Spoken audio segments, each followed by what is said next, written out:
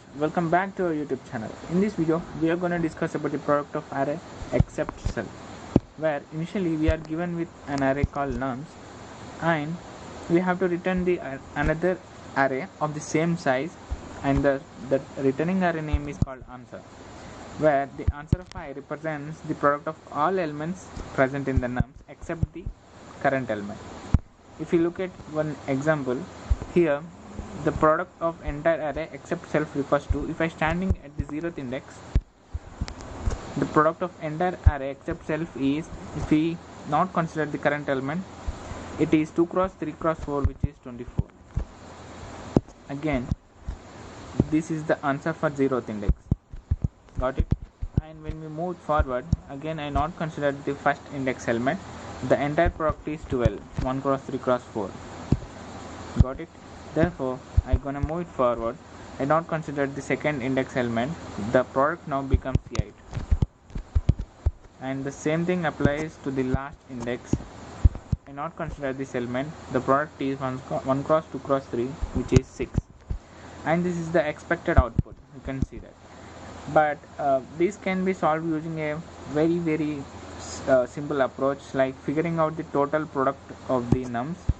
If we see here, the entire product of the nums is 24, 2 cross 3 cross 4. Got it? And in order to get the product of array except self, what if for every element we're gonna divide the entire product by the current element? Then we get the product of array except self. Let's simulate this in this way. Initially the total product is 24. I am at index 0, 1, 2, 3. Got it? And at index 0 I have an element called 1. So in order to eliminate the 1, I am going to divide the total sum by 1. 24 upon 1, which gives me 24. Got it? And when we move forward, I am at index 1 and element 2. So in order to remove the 2, I am going to divide the same thing with the 2. I get answer as 12. As simple as it is.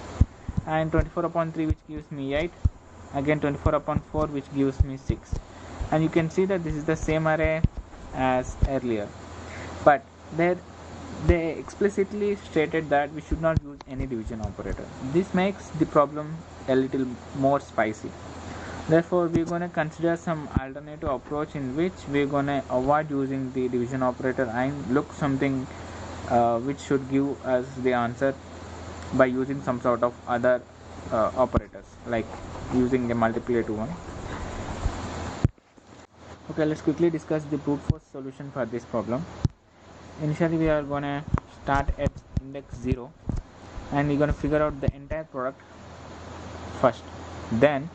But when I encounter the same index, I'm going to neglect it because we have to accept itself, right? And the same thing applies here. I'm going to start at the index 1 and I'm going to again ignore the 2. But I start from 0. I'm going to start from 0, but I have to neglect the value which is present at index 1. Again, for index 2, I'm going to neglect 2. Got it? And again, for 4th time, I'm going to neglect the element present at the 3rd index. And here the product goes like, neglecting this gives me 2 cross 3 cross 4, which is something around 24. Neglecting 2 gives me 1 cross 3 cross 4, which is 12. Neglecting 3 gives 1 cross 2 cross 4, which is 8. And neglecting the last one gives me 1 cross 2 cross 3, which is 6. And this is as simple as it looks. Let's quickly code it up. Initially we're going to take n as the length of nums. I'm going to iterate for every element from, okay, let's code it. For I takes from 0 to n, and another pointer j takes from 0 to n again. And if I encounter I equal to j, in this case, this is the first iteration, right? Okay. We can say that as index starts from 0. Okay, 0 is the 0th iteration, and I should avoid the 0th element. This is the first iteration. I can again avoid the first index element. second iteration, avoid the second thing. Third iteration, again avoid the third thing. This is the thing that gonna happen here. If I and j are both same, then I gonna not consider it because it violates the condition. Because if we pick the one, then it becomes the entered product. We should accept that value. So in order to accept, we're gonna continue it. So which in order to say that we're gonna skip it. Else we're gonna take it in the product. We initialize a product. Now I have to initialize between here. Product is 1 and our resultant array is this. Product is product cross nums of j, and at the end of two loops, first of all at the end of first loop, I'm gonna append this to the answer that append product, and at the end of first loop I'm gonna return the answer. And this is the most naive approach that we can think of. And let's quickly discuss the time and space complexity for this approach. It takes a time complexity of order of n. And remaining all are constants, right? Appending it may take a amortized constant. Okay, the time complexity here it is order of n square, and the space complexity is still order of 1 because we are using an array, but in order to return we are using it. Therefore it's still constant, but you can see that from the constant the maximum length of the nums could take 10 power of 5. And if we see the time complexity, it is order of n square, which gives me 10 power of 10 operations. No, we cannot perform 10 power of 10 operations. Therefore, it gives us TLE. And let's discuss another better approach for this problem. When we stand it here, the required thing is the product of left subarray and the product of right subarray. You can see that there is no element present at the left, therefore I can assume the product as 1, and here there are elements and their product is 2 cross 3 cross 4, which is 24. Now left product cross right product gives me the answer for specific index 0. Therefore 1 cross 24 gives me 24. Done. I'm standing at index 1 now. I'm going to do the same thing here. Now the product of left and the product of right, what it is? Here it is 1 cross 1, which is 1, and here it is 3 cross 4, which is 12. Again I'm gonna do the LP into RP, which is left product into right product, 1 cross 12, which is 12. I'm done with the index 1. Moving forward, I'm at index 2. The product now is, what is the left product? 1 cross 2, which is 2, and the right product, which is 4. Therefore the net product will be 2 cross 4, which is 8. Done. Again do the same thing here. What is the left product? Left product is 6. As there is no element towards the right, the right product will be 1. The net product will be 6 cross 1, which is 6. And this makes sense, right? Because we are not using any division operator and we are only figuring out the left and right product.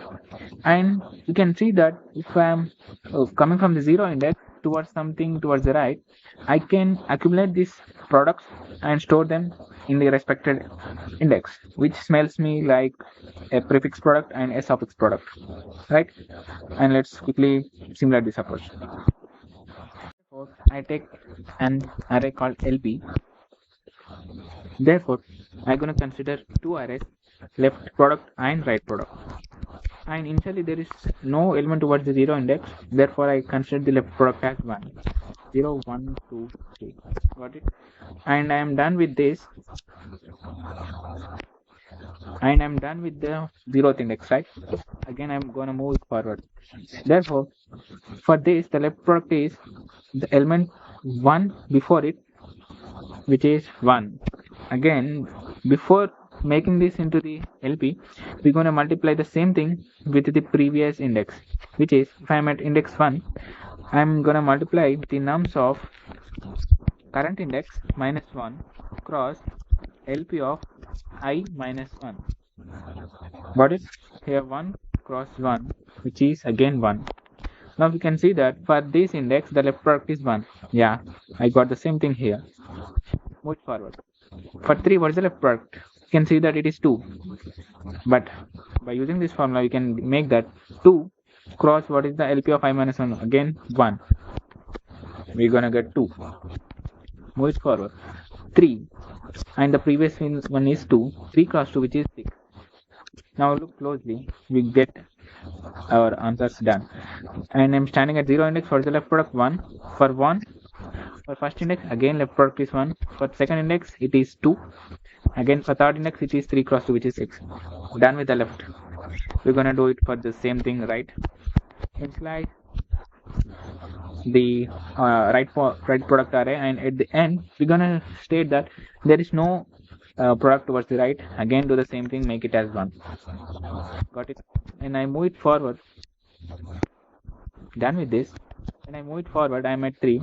What is the product? Which is current element plus 1 into right product of I plus 1, which is current element is 4 cross right product of I plus 1, which is RP of 3. We're gonna get the entire net product as 4, and this is the 4. The right product is 4. Yeah, it is true. Again I gonna travel backward. Now what is the product? Same, nums of I plus 1, 3 cross RP of I plus 1, which is 4. I'm gonna get it as 12. Done. Here I'm standing at here. What is the product? 2 cross 12, which is 24. And you can see that the problem is done here. And at the end we are gonna just do the product of this and this. A answer will be 1 cross 24, which is 24. 1 cross 12, which is 12, because we are gonna do the left product and right product, right, in order to get the product of array except self, and that is what we are doing. 2 cross 4, which is right. 3 cross 1, which is 6, and this will be our expected answer. And I'm gonna discuss the time and space complexity for this approach. The time complexity is I'm gonna make this array, and again this array, 3 order of n's, order of 3n. And space complexity is I'm gonna using 2 external arrays to store the left product and right product. Again it's order of 2n. And yeah, you can consider this as a better solution but not the optimal, because in the constraints they stated that can we done it with a order of 1 extra space. Therefore we're gonna optimize it further. And let's discuss the optimal solution for this problem. And the disadvantage of better solution is we are using a space complexity of order of 2n. We have to initialize the answer array. It is 0 0 0 0. Got it? And one intuition is to use the answer as either the left product or the right product. And at the end, if I pick the left product, got it? Now answer is indirectly left product, but we're gonna see it as answer itself. Now the left product is done with it, and we're gonna start iterating from the rightwards and gonna start accumulating the product from right onwards. And at every point we're gonna get the product, right? Then we're gonna multiply the product, that product, with the answers of I. Now the answer of I will be updated as this is the right product and this is the left product. Got it? Done. And at the end we're gonna simply return the answer of I. We're gonna initialize the answer, gonna indirectly convert it to the LP or the left product, then run a variable product starting from the end, moving towards 0. We're gonna start accumulating the product, and at every step we're gonna multiply the product with the answer of I and replace the answer of I with this product, which eventually gives me the product of array except self. Got it? Let's quickly simulate this approach. As I said earlier, I'm gonna initialize the answer array of size n, and let's consider the answer as the left product. Therefore, in order to consider it as left product, I should ensure that the 0th index element should be 1, because the left product is nothing for 0 index. I'm gonna make it as 1. Therefore I'm gonna travel for I, which starts from 1, which starts from 1. 1 to n, the answer of I will be the previous answer of I minus 1 cross nums of I minus 1. Let's quickly simulate this code or this snippet. I am starting at the index 1. What is the value the previous index have in the nums? 1 cross what is the previous element previous element in the answer, which is 1. Again 1 cross 1, which is 1. Done. Move it forward. I am at here. What is the previous element that I have at the nums, which is 2, and the previous element at the answer, which is 1. This, right? Again the answer is 2. I am at index 3. The previous element that is present at here, it is 3 cross what is the previous element present at the same answer, which is 2, which gives me, sorry, what is happening, which is 3 cross 2, which is 6. Again update it to 6. Now my answer will become a left product array. Got it? You can see that what is the left product towards its left? 1. Here it is 2, and here it is 6. Done. We are done with this, and we're gonna make sure that we're not gonna use any external array for the right product.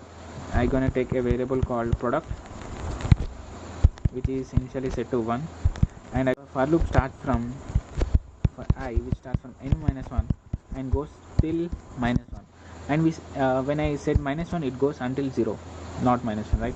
Therefore the answer of I, which is the last element, is the answer of I itself cross the product. Now see that the answer is initially 1 1 2 6, and the product is 1. Got it? Now answer of I is answer of I into product, 6 cross 1, which is 6. No change in the element, and we're gonna make sure that product is updated, right? Product is equal to product cross nums of I. Therefore our product becomes 1 cross what is the last element? 4. Yeah, now product becomes 4. I'm done with this. I'm gonna move it forward. Now answer of I is equal to 2 cross product, which is 2 cross 4. 8. Done. Yeah, I made it. But before moving, I should multiply the product with the nums of I. What is the current element? 2, right? Sorry, at here, right? I'm 2 3 4. I'm at here. What is the current element? 3. I'm gonna multiply with 3. 4 cross 3, which gives me a product of 12. Done. We are done with this. Move it towards the left. Again I'm at here.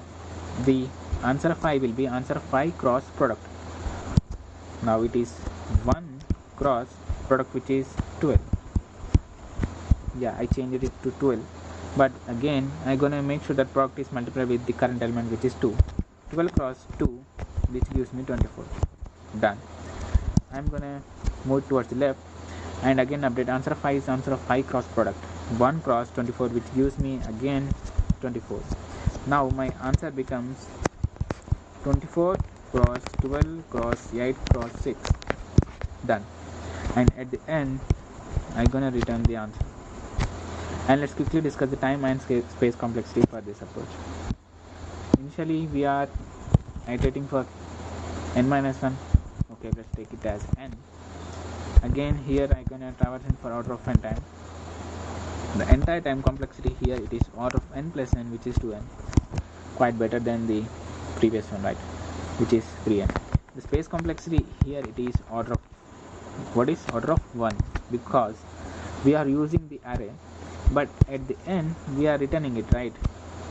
It is only for the returning purpose, but in the meantime we are gonna making some modifications to our problem and getting done through it. Therefore the space complexity is still order of 1 and the time complexity is order of 2n, and this is the optimal solution for this problem. And if you really understood everything, then please do like, share and subscribe. And if you want any new kind of problems, then please do comment.